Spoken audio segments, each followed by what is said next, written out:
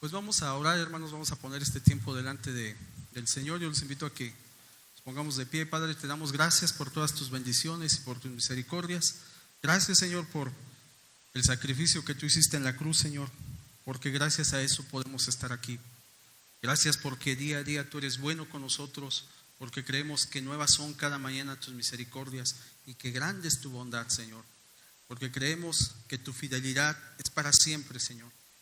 Porque creemos que tú estás aquí en medio de nosotros, porque creemos que tu palabra es verdad, Señor. Te damos gracias por todo, Padre, y en esta hora ponemos este tiempo, ponemos este momento delante de ti, Señor, para que seas tú el que hable a nuestros corazones, a nuestras vidas, que no sean los ideales, que no sean los conceptos, que no sean los pensamientos del hombre, sino que seas tú el que hable a nuestras vidas, a nuestros corazones, a nuestras personas, Padre. Te damos una vez más infinitas gracias. Y Padre, en esta hora te pedimos por cualquier necesidad que pueda haber, por cualquier situación difícil, por la que esté atravesando alguno de nuestros hermanos, de cualquier índole, Señor, sea en la salud, sea en la economía, Señor, sea en la familia, en el matrimonio, con los hijos. Padre, ponemos delante de ti porque sabemos que para ti no hay nada imposible y porque sabemos que tú siempre haces tu buena y perfecta voluntad en nuestras vidas, Padre. Te damos gracias y ponemos esta tu palabra delante de ti. Y Señor, que toda la gloria y que toda la honra sea para ti en el precioso y glorioso nombre de tu Hijo amado Jesús. Amén. Amén, hermanos. La verdad es que no lo planeé, pero yo creo que el sol nos va a hacer una mala jugada. Ni modo. Pero vamos a hablar, hermanos, el domingo pasado, no es una continuación, pero les comento. Hablamos sobre profecías mesiánicas y comentamos ahí brevemente lo que en el Antiguo Testamento se hablaba sobre Jesús, que es innegable que Jesús es el Mesías y que es innegable que Jesús es el Hijo de Dios. Inclusive es conocido y nosotros debemos de conocer lo que Jesús murió en la cruz, no por ser el Mesías, no por haber dicho que él podría destruir el templo y que en 3 días lo edificaba. Él murió en la cruz porque dijo ser el Hijo de Dios. Y actualmente, bueno, ha cambiado también el tema del judaísmo, pero en esa época, en el siglo I, durante la época de Jesús, todos los judíos sabían que aquel que se nombrara el Hijo de Dios se hacía Dios. Ellos lo sabían. Si nosotros vamos a la Escritura, el hacerse igual a Dios era causa de muerte, hermanos. Por eso Jesús fue condenado a morir en la cruz. Y hoy vamos a hablar, ahorita nuestra hermana comentaba algo bien interesante. Esta persona dice: yo soy materia. Claro, somos materia. Lo que usted ve de mí es materia, pero usted realmente a mí no me conoce. Yo no lo conozco a usted, porque dentro de esta materia, por ejemplo, dentro de la materia aquí de mi hermanito en la fe, está él verdaderamente, está su alma. Dentro de mí está mi alma, pero no nos conocemos. Nosotros somos como Dios trinos, somos un cuerpo, y dice la Escritura que el cuerpo va a volver al polvo de donde fue tomado. Somos un alma, y dice la Escritura que el alma que pecare, esa morirá. Y no se refiere a una muerte como nosotros la conocemos, sino se refiere a la muerte que es la separación eterna de nuestro Creador Dios. Esa es la muerte segunda. Y somos un espíritu que dice que el espíritu vuelve a quien lo dio. Estos somos nosotros. Y es importante entonces que nosotros conozcamos doctrina, hermanos. Y hoy vamos a hablar sobre la Santísima Trinidad en las Sagradas Escrituras. La palabra del Señor toma este texto, Mateo 24:35, dice que el cielo y la tierra pasarán, pero la palabra del Señor, las palabras de Jesús, nunca van a pasar. Esas son eternas, hermanos. El Verbo se encarnó, eso es eterno. Vamos a la siguiente. Aquí, hermanos, si nosotros habláramos de la Trinidad, hay un texto que ha causado mucha polémica durante muchos años y que lo va a seguir siendo, que está en Primera de Juan, hermanos. Si nosotros vamos a Primera de Juan, al capítulo 5, y si nos fuéramos al versículo 7, podríamos decir que es el texto fundamental que nos habla de la Trinidad. ¿Usted lo tiene? Cuando lo tenga me dice un amén. Y dice así la palabra del Señor, primera de Juan, primera carta del apóstol Juan, en el capítulo 5, versículo 7.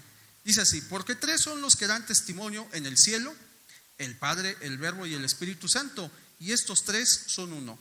Y tres son los que dan testimonio en la tierra, el Espíritu, el agua y la sangre, y estos tres concuerdan.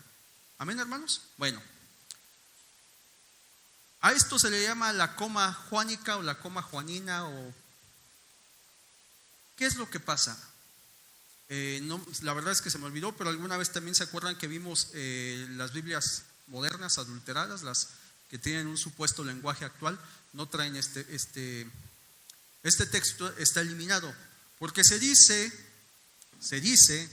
lo cual es una mentira, que ese versículo, hermanos, el versículo 7, a un escriba, alguien que estaba copiando la carta de Juan, porque antiguamente pues, eran como esa foto, eran papiros, eran pergaminos hechos en cuero, con el paso del tiempo se desgastaban, se rompían, se perdían, entonces se tenían que hacer copias, y se dice que a alguien se le ocurrió poner precisamente el versículo 7 así como lo conocemos, lo cual pues es una mentira, pero hay una cantidad enorme, hermanos, de personas aún, gente cristiana que defiende ese tema.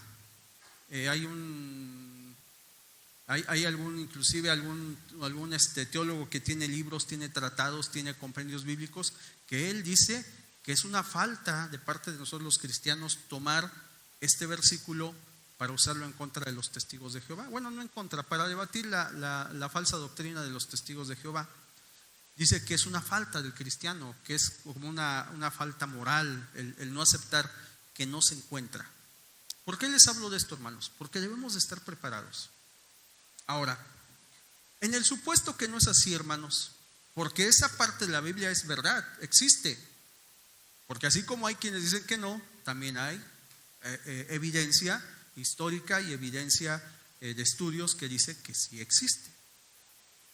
Pero si nosotros nos vamos a la historia, nos damos cuenta que desde que el apóstol Pablo en Hechos de los Apóstoles se despide, cuando él va a viajar a Jerusalén, sabiendo que va a ser prendido y que va a estar prisionero y que ya no va a poder volver a salir, si usted lee esa parte, él se empieza a despedir de las iglesias y les dice, les encarga y hace una mención bien importante. Dice que en cuanto él se vaya, casi el apóstol Pablo dice: en cuanto yo haga esto, en cuanto yo me suba al barco, en cuanto yo me despida de todos ustedes, en cuanto ya no esté, de entre ustedes se levantarán hombres y vendrán de fuera hombres que van a corromper, que van a tratar de meter una doctrina errónea.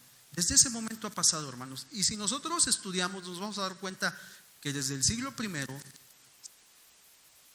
hacer lo que decía el apóstol Pablo, inclusive el Imperio Romano, hermanos, si nosotros vemos la historia, cuando el Imperio Romano se da cuenta, porque déjeme decirle que el cristianismo empezó a ser un problema para el Imperio Romano. Es más, si nosotros consultáramos al historiador judío, se me olvidó ahorita su nombre, muy famoso este historiador, él llama despectivamente la tribu de los cristianos.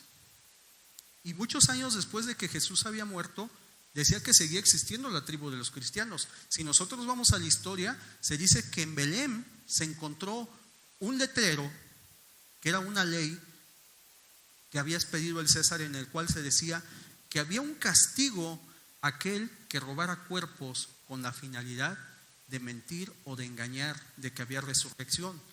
Entonces todo eso es historia, hermanos. Eso no está en la Biblia, pero es historia universal. ¿Qué quiere decir? Que comprueba que Jesús es real, que Jesús no es un invento. Y entonces desde ese tiempo que hace el imperio investiga, se da cuenta cómo el cristianismo crece, se da cuenta que es a través de las cartas, y adivine qué hace el imperio. Comienza a destruir las cartas, comienza a meter cartas adulteradas, y entre esas cartas adulteradas los gnósticos aprovechan y entonces comienzan a quitar este tipo de doctrina fundamental como es la Trinidad. Ahora, vamos a suponer, hermanos, suponiendo que no es verdad, que realmente no existiera 1 Juan 5:7. ¿Cómo predicamos la Trinidad? Bien fácil. La siguiente. Yo le voy a invitar, ponme la siguiente, mijo. Génesis 1:26. Vamos a leer qué dice Génesis 1:26. Vamos a leer bastante Biblia, hermanos. No vamos a acabar, les soy honesto, no soy pesimista, pero yo prefiero que, me voy a ir muy lento, yo prefiero que veamos 7 láminas bien vistas, bien entendidas, que nos gocemos en el Señor, porque sabe, hermanos, así como nos gozamos en la alabanza, también nos debemos de gozar en la palabra. Yo no sé si usted, a mí la verdad me apasiona cada que veo y digo, caray, ¿cómo es de real nuestro Dios? Nuestro Dios es verdadero, no es un sueño, no es un invento, no es como cuando estábamos en alguna religión, cual fuera, que buscábamos una consolación ante un mono o ante una persona. No, aquí es algo real. Nuestro Dios es real, hermanos. Y ahorita vamos a ver lo sorprendente que es nuestro Dios. Fíjese lo que dice Génesis 1:26. Si alguien le dice, ese texto de Juan no es verdad, usted le puede decir, mira, vamos al Génesis 1:26. ¿Qué dice? Génesis 1:26. Dice así, hermanos. ¿Lo tenemos? Entonces dijo, ¿quién? ¿Qué dijo? A ver, ¿cómo que hagamos? Pues si no hay Trinidad, hubiera dicho Dios, haré. No. ¿A quién le dijo hagamos? ¿A los ángeles? Claro que no. Un ángel no tiene poder. Dice la Escritura que los ángeles, que nosotros somos un poco menor que los ángeles.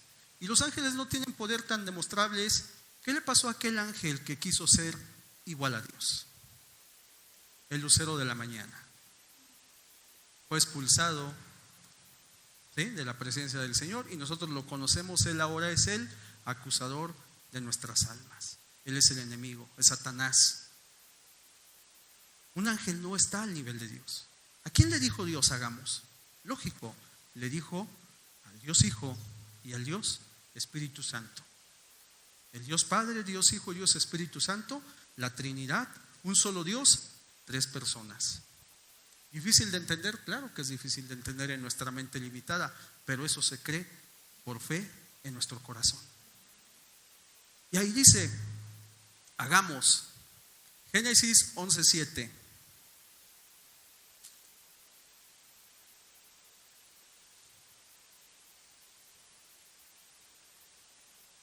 ¿Lo tiene, hermano? Dice así la palabra del Señor. Ahora pues, descendamos y confundamos. ¿Cómo? ¿A quién le dijo Dios? ¿A quién le dijo Dios vamos a descender y a confundir sus lenguas? Aquí estamos hablando cuando los hombres empiezan a hacer la Torre de Babel. Aquí es bien importante, está esa parte del texto, pero que usted pueda leer el contexto para que entienda, para que lo entendamos. Y obviamente también veamos que los versículos no están sacados del contexto, porque eso es muy importante. Alguien puede decir, bueno, es que sacas de contexto el versículo. No están sacados de contexto, hermano, pero usted lo puede leer. Dice, descendamos y confundamos ahí su lengua para que ninguno entienda el habla de su compañero. ¿A quién le dijo Dios descendamos y confundamos? Nuevamente a sus compañeros, nuevamente al Dios Hijo y al Dios Espíritu Santo. ¿Se da cuenta, hermanos? Vamos al siguiente, de favor, Josué. Isaías 6:8. Inclusive, a ver, mis hermanos músicos, los voy a evidenciar. Hay un canto acerca de eso, ¿quién se lo sabe? No me digan que nadie, pues, ¿cómo? ¿No? ¿Nadie? Heme aquí, yo iré, Señor. ¿Sí? Isaías 6:8. ¿Qué dice? ¿Lo tiene, hermano? Después oí la voz del Señor que decía, ¿a quién enviaré? ¿Y quién irá por quién? Por nosotros. Nuevamente Dios hablando, no solamente en forma personal, sino en forma plural, refiriéndose al Dios Padre, al Dios Hijo y al Dios Espíritu Santo. ¿Se da cuenta? ¿Se da cuenta de esto, hermanos? Y esto tiene una correlación, allá lo estoy poniendo, hermanos, con Juan 12:36, del 36 al 40. Porque esta parte de Isaías, si nosotros leemos, por ejemplo, esa parte de Juan, habla precisamente de esta parte de Isaías. Si usted quiere anotarlo, lo podemos hacer, ¿no? Si usted quiere leer Juan 12:36 al 41, lo puede hacer. Hay una correlación ahí completamente. ¿Sí, hermanos? Hasta aquí. Yo espero que esté siendo de bendición. El siguiente, Josué, de favor. Isaías 48:16. El profeta Isaías, hermanos, es el profeta mesiánico. Si usted tiene la oportunidad de estudiar Isaías,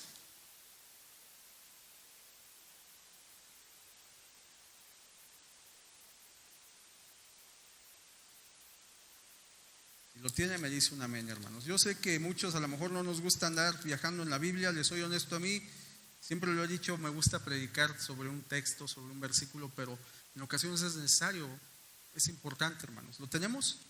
Dice el versículo 16 así, hermanos: acercaos a mí, oíd esto. Desde el principio no hablé en secreto, desde que eso se hizo, allí estaba yo. Y ahora me envió ¿quién? Jehová el Señor. ¿Y quién? ¿Quién está hablando, hermanos? No va a decir que Isaías, ¿no? ¿Quién está hablando? Jesús, hermanos. Jesús es el que está hablando. Acercaos a mí y oíd esto. Desde el principio no hablé en secreto, desde que eso se hizo. Él está hablando desde el principio, desde la fundación, desde antes, porque no olvidemos que Jesús es eterno, nuestro Dios es eterno. Alguien decía, Dios no existe porque Él es eterno, Él siempre ha existido. Es algo que nosotros no entendemos en el tiempo. Él es eterno, Él no tiene principio y no tiene fin. Y luego lo importante, estaba yo. ¿Quién era yo? Jesús. Jesús está diciendo, yo estaba y ahora me envió ¿quién? Jehová, el Dios Padre y el Espíritu Santo. ¿Se da cuenta? Y luego si leemos Isaías 48:13, que está ahí muy cerquita, si lo tiene me dice un amén. Amén. Dice, mi mano fundó también la tierra y mi mano derecha midió los cielos en el palmo. Al llamarlos yo, comparecieron juntamente. ¿Quién está hablando? Jesús. Entonces, ¿quién creó los cielos y la tierra? Dios. Ahí estaba Dios, ahí estaba Jesús en la creación. Si se da cuenta, como el mismo Dios dice, yo soy Jesús. ¿Se da cuenta? Si usted sigue leyendo, va a llegar al versículo 16 y todo el contexto nos habla de Jesús, hermanos. Amén. El que sigue, mi hermano Josué. Isaías 61:1. Le digo que Isaías es el profeta mesiánico, hermanos. Y este lo conocemos todos. ¿Lo tenemos? Cuando lo tenga me dice un amén. El Espíritu de Jehová el Señor está sobre mí, porque me ungió Jehová, me ha enviado a predicar buenas nuevas a los abatidos, a vendar a los quebrantados de corazón, a publicar libertad a los cautivos y a los presos, apertura de la cárcel. Nuevamente, ¿quién habla, hermanos? Jesús. Y se da cuenta, dice el Espíritu de Jehová. El Espíritu Santo, el Espíritu Santo del Dios Padre está sobre mí, sobre el Hijo. Están los tres. Ahí está, hermanos. Si nosotros vamos, por ejemplo, a Lucas 4:16, está muy chiquito ahí, déjese, lo voy a buscar, si lo tiene, acompáñenme. Esos versículos del Nuevo Testamento los pusimos ahí, hermanos, porque hay una correlación muy, muy especial y es importante que los veamos. El objetivo real es que veamos cómo en el Antiguo Testamento nosotros podemos fundamentar la Trinidad, que podemos darnos cuenta que desde el Antiguo Testamento está la Trinidad, hermanos. Lo tenemos, 4:16 de Lucas. Dice así, hermanos: vino a Nazaret donde se había criado, y en el día de reposo entró en la sinagoga conforme a su costumbre y se levantó a leer. ¿Quién? Jesús, hermanos, estamos hablando de Jesús. Y se le dio el libro del profeta Isaías, y habiéndolo abierto el libro halló el lugar donde estaba escrito. ¿Qué hizo? Abrió el libro y no casualmente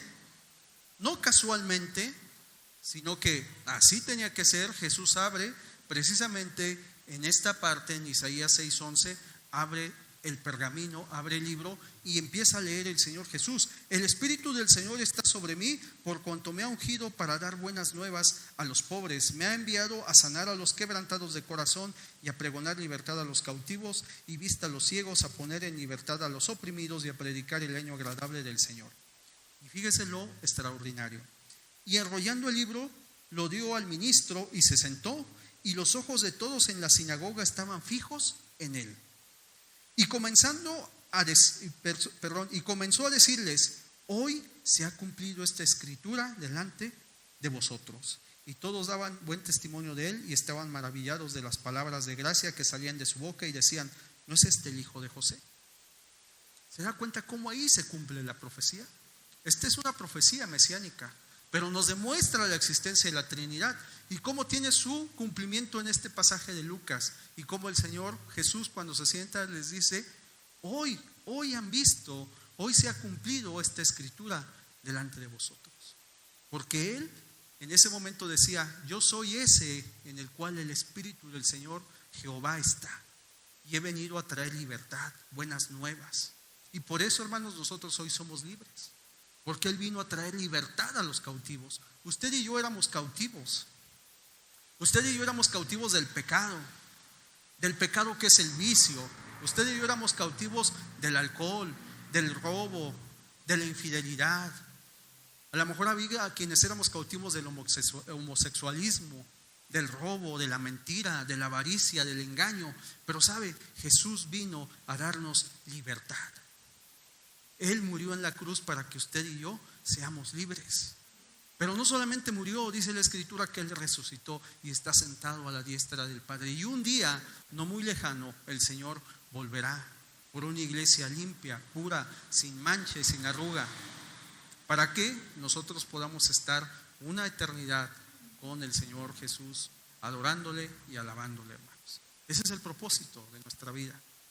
No sé si alguna vez le pregunté, a mí me hicieron una pregunta hace tiempo y me hizo reflexionar, pero me dijeron: ¿qué es lo que te motiva todos los días a levantarte? ¿Por qué despiertas y por qué te levantas todos los días? Yo no sé si alguna vez usted lo ha pensado.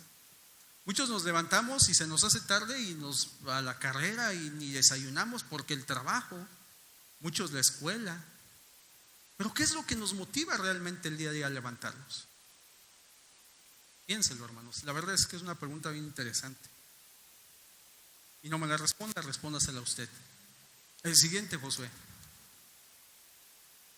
Ahora, vamos a ver, hermanos, hasta ahí vamos, ahí obviamente hay más material, pero tendríamos que hacer un estudio de horas, hablar de la Trinidad en el Antiguo Testamento y obviamente una correlación con el Nuevo Testamento, pero quiero abarcar algo más. Jesucristo,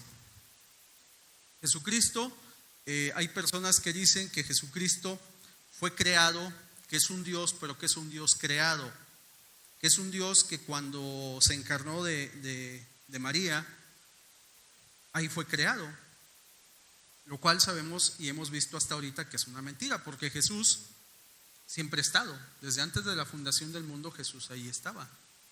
Él es eterno, Él tiene una preexistencia, Él no tiene un principio y no tiene un fin, como no lo tiene el Padre y como no lo tiene el Espíritu Santo.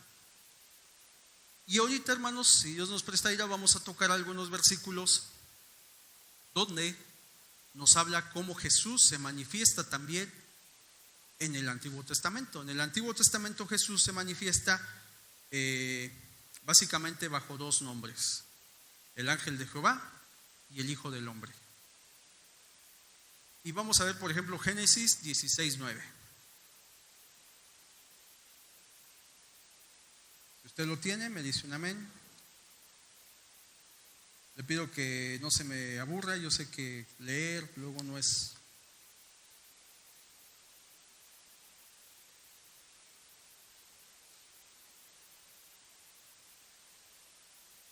¿Lo tenemos, hermanos? ¿Alguien lo tiene que no lo quiera leer?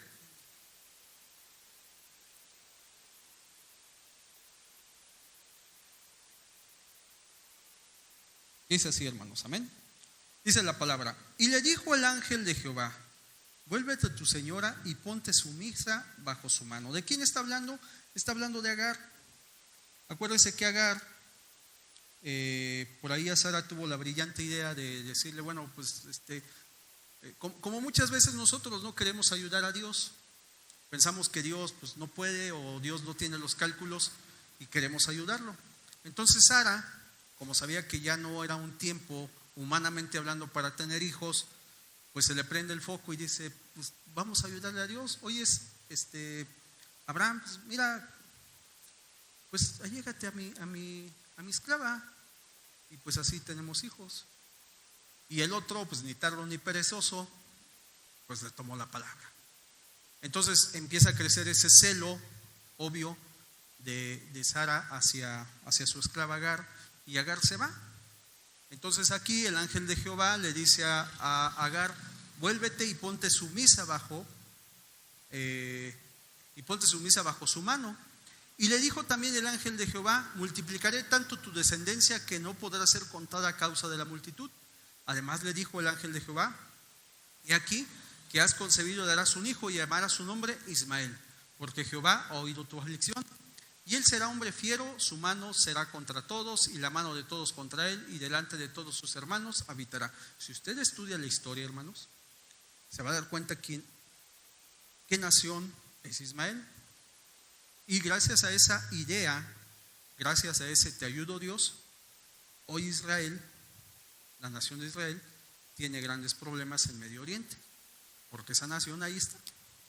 Eso pasa cuando nosotros le queremos ayudar a Dios. Dios sabe los tiempos y Dios sabe todo, hermanos. Él no necesita que le ayudemos en nada. Pero fíjese lo importante. Entonces llamó el nombre de Jehová que con ella hablaba: tú eres Dios. A ver, ¿cómo? Espérame. O es el ángel o es Dios. ¿Sí me explico? ¿Sí lo entiende? Arriba nos dice que es el ángel de Jehová, y de pronto Agar dice: entonces llamó el nombre de Jehová que con ella hablaba, y dice: tú eres Dios que ve, porque dijo: ¿no he visto también aquí al que me ve? Agar le dice: tú eres Dios. ¿Cómo? O es el ángel o es Dios. Sencillo, hermanos. El ángel de Jehová es Jesús. Y aquí la escritura dice que es Dios, es Jehová, es la misma persona, es el mismo Dios, perdón, es el mismo Dios, no la misma persona, es el mismo Dios. ¿Se da cuenta? Como la escritura, lo hemos dicho, la escritura se responde con la escritura. Jesús es Dios, el ángel de Jehová es Dios. Por eso Agar le dice: tú eres Dios. Le llamó su nombre Jehová. ¿Y amén, hermanos? Así como que no los oigo muy convencidos. No es necesario, hermanos, usted haga como aquellos hermanos de la antigüedad allá en Berea. Hoy que llegue a su casa, tome su Biblia y diga: a ver si es cierto, si el hermano Ariel no estuvo ahí echándonos mentira, y escudriñela. Pero Jesús es Dios, y ahí lo dice. El siguiente, Josué, de favor. Génesis 22:15. Vamos a regresarnos un poquito.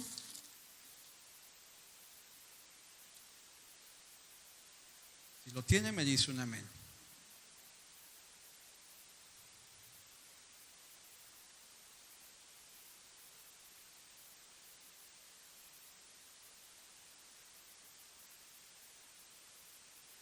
¿Lo tiene, hermanos? Dice así la palabra del Señor: y llamó el ángel de Jehová a Abraham por segunda vez desde el cielo. El ángel está hablando por segunda vez y dice: y dijo: por mí mismo he jurado, dice Jehová, por cuanto has hecho esto, me perdí, hermanos, por cuanto has hecho esto y no me has rehusado tu hijo, tu único hijo. A ver, ¿cómo? Espérame. Es el ángel de Jehová, y de pronto le dice: por mí mismo he jurado, dice Jehová. O dice el ángel o dice Jehová. Es lo mismo, hermanos. Nosotros nos vamos a encontrar en el Antiguo Testamento como el ángel de Jehová, en algunas ocasiones se le reconoce como Jehová, porque el ángel de Jehová es Dios, hermanos. Y si usted escudriña, hay más ángeles, pero los demás ángeles, hay una cantidad de ángeles que son anónimos, no tienen nombre. Ahorita, si nos da tiempo, vamos a ver cuando aquellos 3 hombres, antes de destruir Sodoma y Gomorra, hay 2 ángeles que llegan a Sodoma y Gomorra. Esos son anónimos, no tienen nombre. Lo vamos a ver. Hay ángeles que tienen nombre, como Miguel, como Gabriel. Pero también hay algo bien especial que, si nos da tiempo, vamos a ver. Solamente el ángel de Jehová acepta que se le adore. Ningún otro ángel. Si nosotros vamos al Apocalipsis, me estoy adelantando, pero lo vamos a ver. Si vamos a Apocalipsis, cuando Juan en 2 ocasiones intenta adorar a un ángel, y el ángel se lo prohíbe, le dice: no, porque somos consiervos. No, adora a Dios.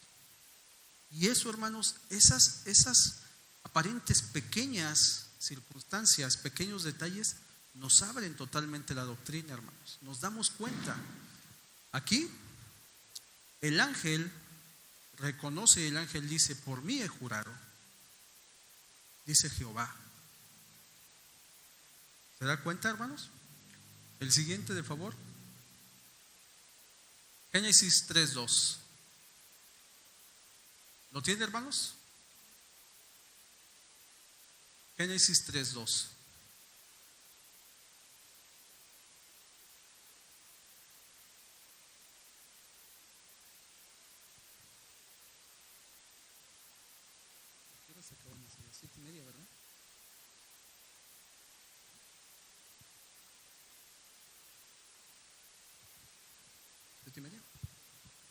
¿Lo tenemos, hermanos? Amén.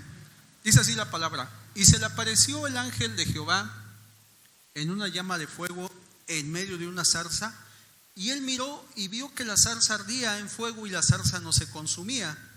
Entonces Moisés dijo: iré yo ahora y veré esta grande visión, ¿por qué causa la zarza no se quema? Viendo, ¿quién vio? Jehová, que él iba a ver que iba a ver, lo llamó Dios en medio de la zarza. A ver, se le apareció. Perdón, hermano. Ay, perdón, hermanos. Éxodo, ¿qué, hermano? Perdón, hermano.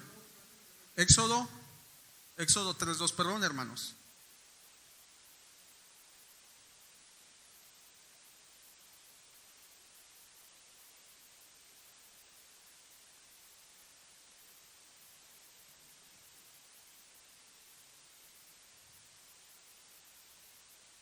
Cuando lo tengamos, hermanos, me dicen un amén. ¿Amén, hermanos? Éxodo 3:2. Dice así: y se le apareció el ángel de Jehová en una llama de fuego en medio de una zarza, y él miró y vio que la zarza ardía en fuego y la zarza no se consumía. Entonces Moisés dijo: iré yo ahora y veré esta grande visión, ¿por qué causa la zarza no se quema? Viendo Jehová que él iba a ver, lo llamó Dios en medio de la zarza y dijo: Moisés, Moisés, y él respondió: heme aquí. A ver, hermanos, ¿quién se le apareció en la zarza? Entonces, ¿por qué dice el 4? Viendo Jehová que iba a ver, lo llamó Dios en medio de la zarza. ¿Quién estaba por fin en medio de la zarza? Dios, hermanos. El ángel de Jehová es Dios. Nada más que el ángel de Jehová siempre lo relacionamos con Jesús. Y luego dice, si nos vamos al 3:6, dice: y dijo: yo soy Dios de tu padre, Dios de Abraham, Dios de Isaac y Dios de Jacob. Entonces Moisés cubrió su rostro porque tuvo miedo de mirar a Dios. Y aquí hay otra enseñanza bien interesante, hermanos. Si nosotros vamos a Juan capítulo 1 versículo 18, vamos un momentito al Nuevo Testamento. Si lo tiene Juan 1:18, me dice un amén. Amén. Dice así la escritura, Juan 1:18: A Dios nadie lo vio jamás. El unigénito Hijo que está en el seno del Padre, Él le ha dado a conocer. A ver, ¿cómo es esto? Si a Dios nunca nadie lo ha visto, ¿a quién vio Abraham? A Jesús. Y la misma Biblia que nos dice, ¿quién ha dado a conocer a Dios? Jesús. Si nosotros escudriñamos, hermanos, nos vamos a dar cuenta, porque no es el único pasaje, hay más pasajes. Pero a Dios Padre y a Dios Espíritu nadie los ha visto. Al único que se ha visto es al Dios Hijo, a Jesús. Es el único. Inclusive en el Antiguo Testamento, ahí cuando se anuncia el nacimiento de Sansón, hay algo similar. A ver, pon la siguiente, no sé si es la que sigue la siguiente. Jueces 6:22, bueno, este es Gedeón, pero vamos a ver, Jueces 6:22, hermanos, es parecido también. Y ya casi voy a terminar, hermanos. Falta mucho, esa es la verdad, pero no quiero cansarlos. Pero sí, ojalá todos tengamos ese deseo de aprender de la Escritura, hermanos.